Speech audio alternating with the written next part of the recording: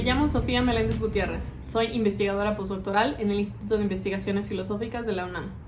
Esta cápsula es parte de una serie organizada por Lógica MX con motivo del Día Internacional de la Mujer 2024. Voy a hablarles brevemente sobre mi trayectoria, mis intereses filosóficos y mi trabajo, y después voy a hablarles sobre la obra de una de las filósofas contemporáneas que más admiro. Empecé a trabajar en la UNAM en septiembre de 2023. En agosto de ese mismo año me doctoré en la Facultad de Filosofía de la Universidad de Cambridge, en Reino Unido.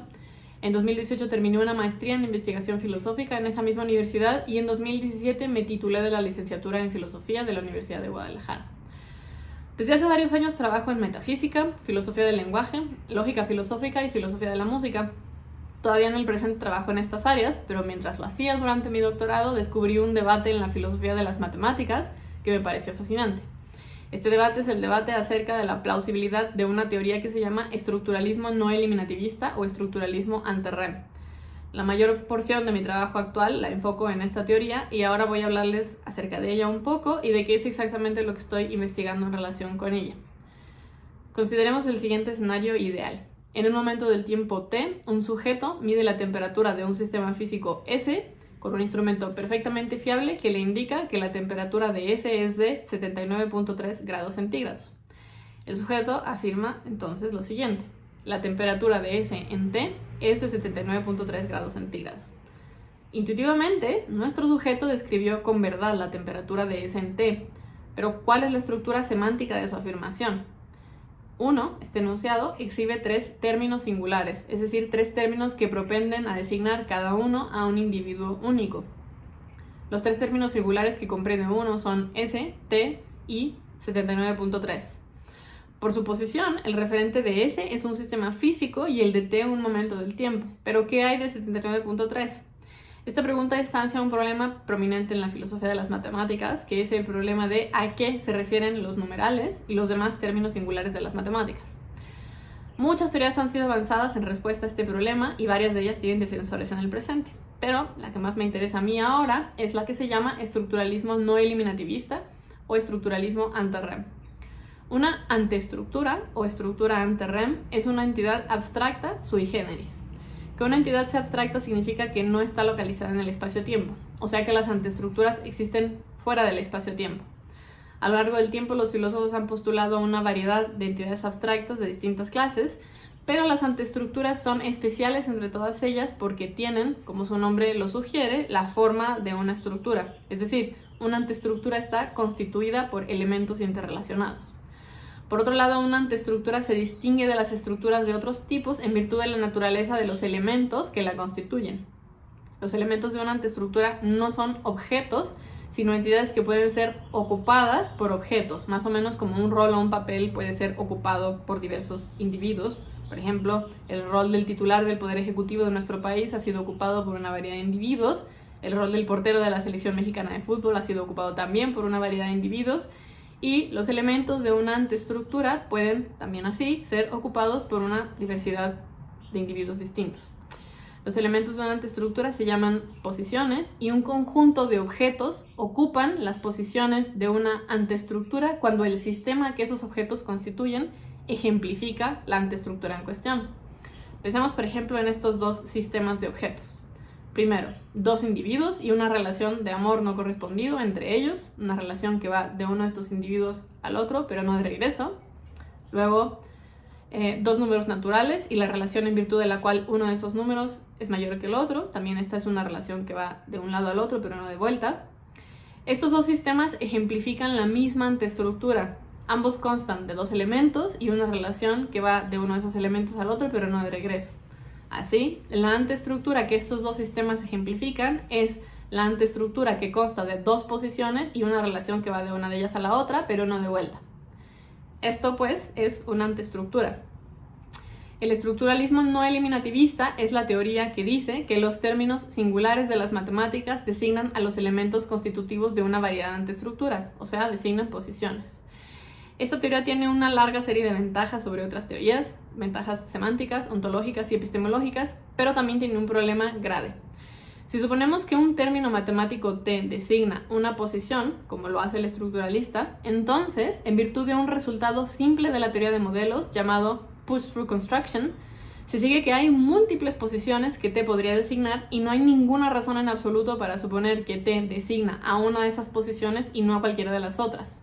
Es decir, bajo el supuesto de que T designa a una posición, es imposible determinar cuál posición es esa a la que T se refiere, o sea que la referencia de T está indeterminada.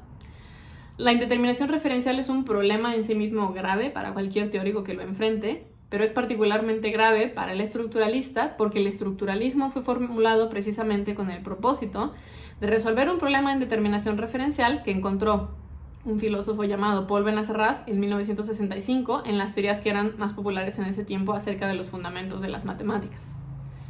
Bueno, actualmente uno de mis proyectos de investigación principales es el de buscar una solución al problema en determinación referencial del estructuralista. En 2012 publiqué un artículo en el que propongo que una solución que fue propuesta en 2012 y defendida más recientemente en 2020 y 2021 no es una solución efectiva, así que considero que hay que seguir buscando soluciones. Ahora quisiera hablarles sobre el trabajo de una de las filósofas contemporáneas que más admiro, Jennifer Sohl. Sohl es profesora en filosofía del lenguaje en la Universidad de Waterloo y también es profesora honoraria de la Universidad de Sheffield. Sus áreas de trabajo son principalmente la filosofía del lenguaje, el feminismo analítico, la filosofía de la raza y la filosofía de la psicología. Algunos de sus proyectos investigativos más recientes tratan el tema de la relación entre el discurso político y el racismo y el tema de los sesgos implícitos. En este año 2024 publicó un libro con Oxford University Press, cuyo título se traduce al español como Silbatos de perro y hojas de higo, cómo el lenguaje manipulativo difunde racismo y falsedad. Antes de eso, en 2012 publicó otro libro con Oxford University Press, cuyo título, traducido al español, es Mentir, engañar y lo que se dice, una exploración en filosofía del lenguaje y ética. Me gustaría mucho hablarles sobre estos libros, pero el tiempo del que dispongo en este video es limitado y temo que en ese tiempo no podría hacerles justicia. Por eso quisiera hablarles hoy más bien de un texto mucho más breve, pero a mi parecer igualmente brillante, de Sohl, un artículo de 1997 cuyo título en español es Sustitución y enunciados simples. Bueno, en su libro Un sistema de lógica, de 1874, John Stuart Mill avanzó una teoría acerca de la semántica de los nombres propios. A esta teoría se la conoce ahora como teoría miliana de los nombres y dice lo siguiente: el valor semántico de un nombre está exhaustivamente constituido por el individuo al que ese nombre designa. O sea, no hay nada que un nombre haga en lo relativo a la semántica más que designar al individuo al que designa. De la teoría miliana de los nombres se sigue claramente que dos nombres correferenciales, o sea, dos nombres que designan al mismo individuo, tienen exactamente el mismo valor semántico. De esto se sigue a su vez que si sustituimos un nombre n en un enunciado e por un término correferencial a n, habremos sustituido a n con un término con un valor semántico idéntico al valor semántico de n y por lo tanto no habremos modificado en absoluto el significado del enunciado e. Si e era verdadero, podemos esperar que permanezca así después de la sustitución, pues la sustitución no habrá cambiado su significado en absoluto. Si e era falso, análogamente, podemos esperar que siga siéndolo después de la sustitución. Es decir, de la teoría miliana de los nombres se sigue que cualquier nombre puede ser sustituido en cualquier enunciado por un nombre correferencial sin cambiar el valor de verdad de ese enunciado. Una sustitución de este tipo es una sustitución salva veritate, o sea que la teoría miliana de los nombres implica que la sustitución de nombres correferenciales es salva veritate. Pero en Sobre sentido y referencia, de 1892, Frege arguyó que las sustituciones de nombres correferenciales no siempre son salva veritate. Consideremos, por ejemplo, el siguiente enunciado. Utterson cree que Jekyll es un nombre de temperamento agradable. Supongamos que todo lo que dice la novela de Stevenson, El extraño caso de Dr. Jekyll y Mr. Hyde, es verdad. Bajo este supuesto, 2 es un enunciado verdadero. Ahora sustituyamos Jekyll en 2 por un nombre correferencial, o sea, Hyde. Utterson cree que Hyde es un nombre de temperamento agradable. 3, por contraste con 2, parece falso. El primer encuentro de Utterson con Hyde ocurrió mientras Hyde maltrataba a una niña, así que Utterson no tiene en absoluto la impresión de que Hyde sea un hombre de temperamento agradable. Bajo el supuesto de que todo lo que dice la novela de Stevenson es verdadero, los nombres Jekyll y Hyde son correferenciales y por lo tanto de la teoría miliana de los nombres se sigue que debería ser posible sustituir uno de estos nombres por el otro en cualquier enunciado salva veritate. Pero la sustitución de Jekyll por Hyde que realizamos entre 2 y 3 no es salva veritate, 2 es verdadero y 3 falso. Como la teoría miliana implica que esta sustitución debía ser salva veritate, debemos concluir que esta teoría es falsa, o eso por lo menos es lo que arguyó Frege en su artículo de 1892. De acuerdo con los razonamientos de Frege, del hecho de que 2 sea verdadero y 3 falso, se sigue que el valor semántico de los nombres Jekyll y Hyde no puede ser el individuo al que ambos nombres designan. Si lo fuera, entonces 2 y 3 tendrían exactamente el mismo significado y por lo tanto el mismo valor de verdad, pero como ya vimos, no tienen el mismo valor de verdad.